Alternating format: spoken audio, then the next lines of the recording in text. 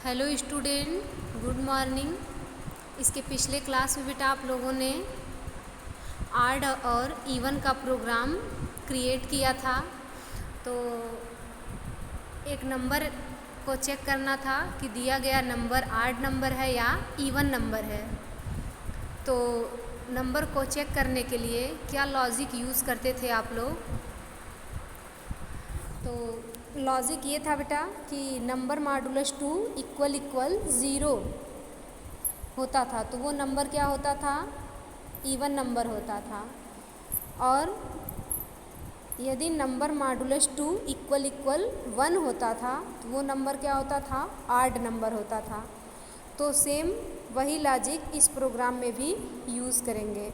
आज का प्रोग्राम है बेटा sum of all odd number in an array. Suppose हम एरे की साइज़ है 10 भी हो सकता है, यानी एक लिस्ट की संख्या है 20 और इसमें जितने भी आड नंबर हैं उनको क्या करना है? ऐड करना है।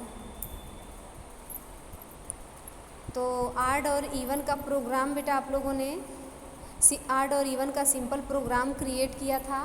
तो इसमें हम वही प्रोग्राम है, आर जितने भी एरे की लिस्ट है 20 उसको हमको क्या करना है? ऐड करना है।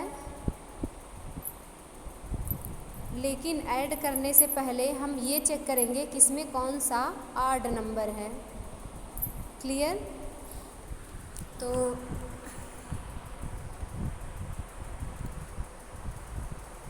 यहाँ से देखते हैं बेटा आपका has include stdio.h, has include conio.h, main function opening bracket. यहाँ तक क्लियर है बेटा? इसके बाद से देखिए इंट हमने डेटा टाइप लिया है इंटीजर टाइप का। ए हमारा वेरिएबल टाइप का एरे है और इसमें सबस्क्रिप्ट की संख्या कितनी है? जो वैल्यू है वो है 20। क्लियर? तो वही एरे की एक लिस्ट है 20। इसी में से हमको फाइंड आउट करना है कि इसमें कितने ऑड नंबर हैं। आई का हमने यूज़ किया है, आई वेरिएबल लिए हैं हम लूप में यूज़ करने के लिए।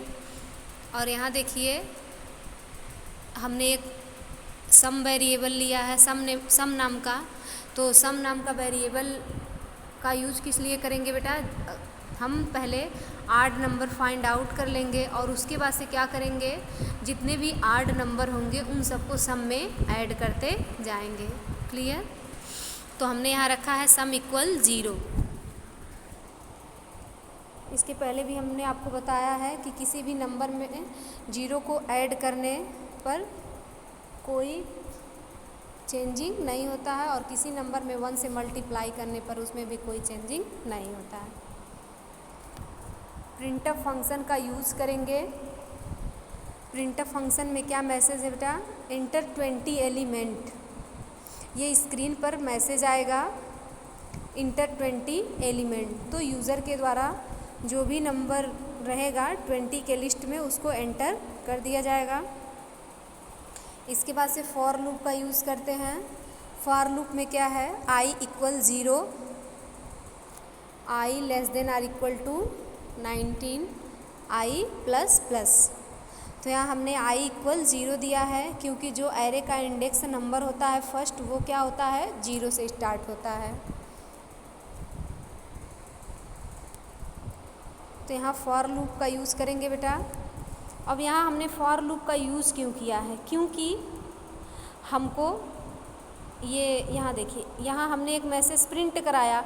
अगर केवल ये 1 वैल्यू को स्टोर करना रहता तो हम सीधा प्रिंटफ के बाद हम सीधा स्कैन करा देते उस वैल्यू को। लेकिन यहाँ हमको एक ही वैल्यू को नहीं स्टोर कराना है, यहाँ हमको कितने वैल्यू को स्टोर कराना है? 20 वैल्यू को स्टोर कराना है। क्लियर?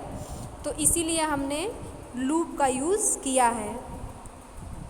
एक बार लूप चलेगा बेटा, एक ये यूज़र के द्वारा एंटर किए गए एक नंबर को स्टोर करेगा। सेकंड यानी दोबारा लूप चलेगा तो जो सेकंड नंबर होगा उसको ही स्कैन करेगा। यानी जितनी बार लूप चलेगा उतने नंबर को वो स्कैन करता जाएगा। क्लियर? तो यहाँ देखिए स्कैनअप फंक्शन के द्वारा वैल्यू को स्कैन कराएंगे और कितनी वैल्यू है 20, तो यहाँ परसेंटेज डी के फॉर्मेट में स्कैन कराएंगे, क्योंकि परसेंटेज डी इंटीजर का फॉर्मेट स्पेसिफायर होता है %a, ये आप लोग पहले भी करते थे। % एड्रेस बताता है, a वेरिएबल है यहाँ हमने लिया है, और ai क्यों है बेटा, क्योंकि i यहाँ से हमने लिया है, i = 0।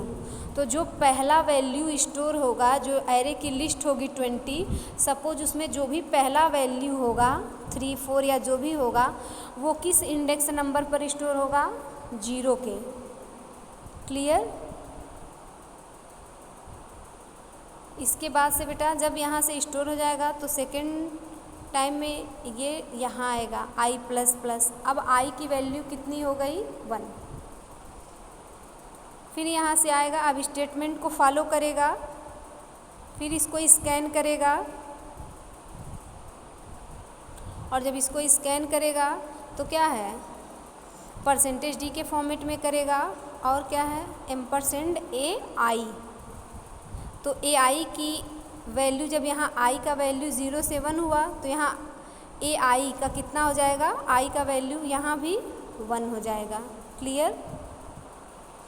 तो ये समझ लीजिए फॉर लूप का यूज़ करते हैं एक साथ एक से अधिक वैल्यू को स्टोर करने के लिए। क्लियर है बच्चों। तो इसके बाद से बेटा देखिए फर्स्ट काम क्या हो गया, यूज़र के द्वारा जो 20 नंबर एंटर किया गया है उसको हम फॉर लूप के द्वारा स्कैन करा दिए, स्कैनअप फंक्शन के थ्रू। अब देखिए यहाँ सेकेंड, यहाँ एक बार फिर फॉर लूप का यूज़ हुआ है। फॉर लूप का यूज यहाँ क्यों किए हैं,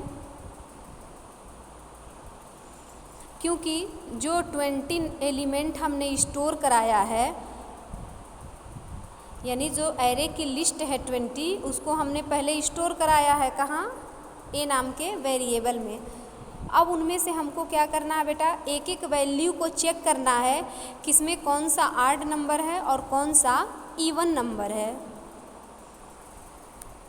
तो यहाँ i = 0 यहाँ इनिशियलाइज किया गया है i को, जिसका प्रारंभिक मान दिया गया है 0, और ये लूप तब तक चलेगा जब तक कि i की वैल्यू 19 से लेस अथवा उसके इक्वल ना हो जाए। क्लियर। अब यहाँ से आएगा कंपाइलर यहाँ। अब देखिए इफ़ में हमने क्या कंडीशन दिया है बेटा, ai मॉडुलस 2 == 1। ai का फर्स्ट इंडेक्स नंबर 0 है, तो 0 पे जो भी वैल्यू, सपोज़ मान लीजिए 3 है, तो जो भी नंबर होगा ai का इंडेक्स नंबर 0 है, फर्स्ट वाला 0 होता है। इस पे जो भी वैल्यू स्टोर होगी इसको क्या करेगा, 2 से मॉडुलस करेगा। मॉडुलस हमारा क्या करता है, रिमाइंडर स्टोर करता है, आप लोग को पता है। तो क्या है, == 1। अगर उसके इक्वल 1 आता है तो क्या करेगा, सम प्लस ai। तो सम की वैल्यू कितनी है, सम की वैल्यू है बेटा 0, सम की वैल्यू है 0। तो 0 में क्या करेगा, यहाँ जो भी नंबर होगा उसको क्या करेगा, ऐड करेगा। क्लियर।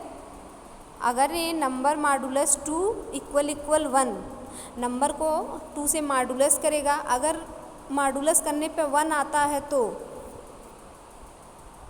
1 आता है तो उसको क्या करेगा, सम में उस नंबर को ऐड करेगा, और ऐड करने के बाद ये इक्वल आपका असाइनमेंट ऑपरेटर है, यहाँ इसको लेफ़्ट साइड में पुट कर देगा सम नाम के वेरिएबल में। क्लियर। और यहाँ एक बार और देखिए बेटा, ai मॉडुलस 2 == अगर 0 आएगा तो ये क्या करेगा, ये स्टेटमेंट को फॉलो नहीं करेगा। केवल जब नंबर मॉडुलस 2 == 1 आएगा तभी बेटा ये स्टेटमेंट आपका वर्क करेगा। क्लियर। तो इस तरह से लूप तब तक चलेगा जब तक कि वो एरे के 20 एलिमेंट को कंपेयर नहीं कर लेगा, यानी कंपेयर नहीं, ये दो क्या है, जितने भी वैल्यू हैं उनसे मॉडुलस 2 नहीं कर लेगा। क्लियर। तो यहाँ करने के बाद अगर उसके इक्वल 1 आता है तो उसको सम में बेटा ऐड करता जाएगा जितने भी आड नंबर हैं, और इनको ऐड करने के बाद जैसे यहाँ आई की वैल्यू हो जाएगी 20, तो यहाँ से लूप से हम आ जाएंगे बाहर। तो ये फॉर लूप की ओपनिंग है, ये फॉर लूप की क्लोजिंग है, और इसके बाद से तब हम प्रिंटअप फंक्शन के थ्रू प्रिंट कराएंगे क्या, %d is the sum of all odd number, और सम को प्रिंट करा देंगे। और इसके बाद से गेट ch फंक्शन का यूज़ करेंगे स्क्रीन को होल्ड करने के लिए। ये ओपनिंग ब्रैकेट था, ये आपका क्लोजिंग ब्रैकेट है। थैंक्स बच्चों।